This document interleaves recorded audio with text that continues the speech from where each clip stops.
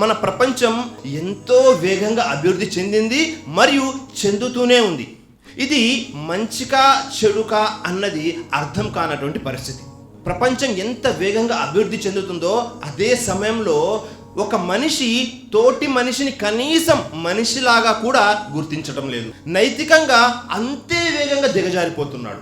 వస్తువుల మీద ఉన్న ప్రేమ మనుషులపై లేదు. స్నేహితులపై ఉన్న అభిమానం బంధువులపై లేదు.